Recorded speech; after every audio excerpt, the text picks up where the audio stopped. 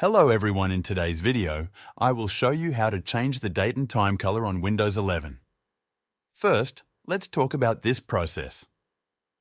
By default, Windows 11 doesn't provide a built-in option to customize the color of the date and time displayed in the taskbar.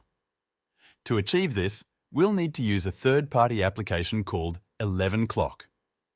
This application is safe and widely used for customizing the clock on the Windows taskbar. To start, open your web browser.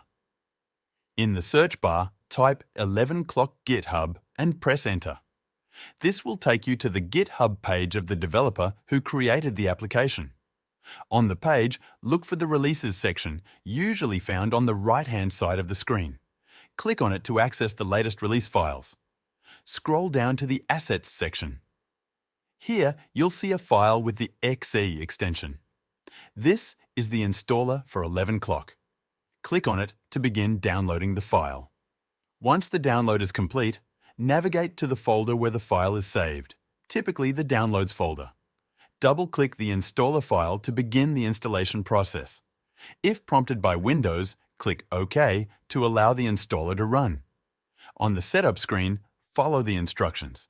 Click Next, accept the license agreement, and click Next again. Then click Install and wait for the installation to finish. Once it's complete, click Finish. Now that the application is installed, you'll notice a new clock icon in the system tray at the bottom right corner of your screen.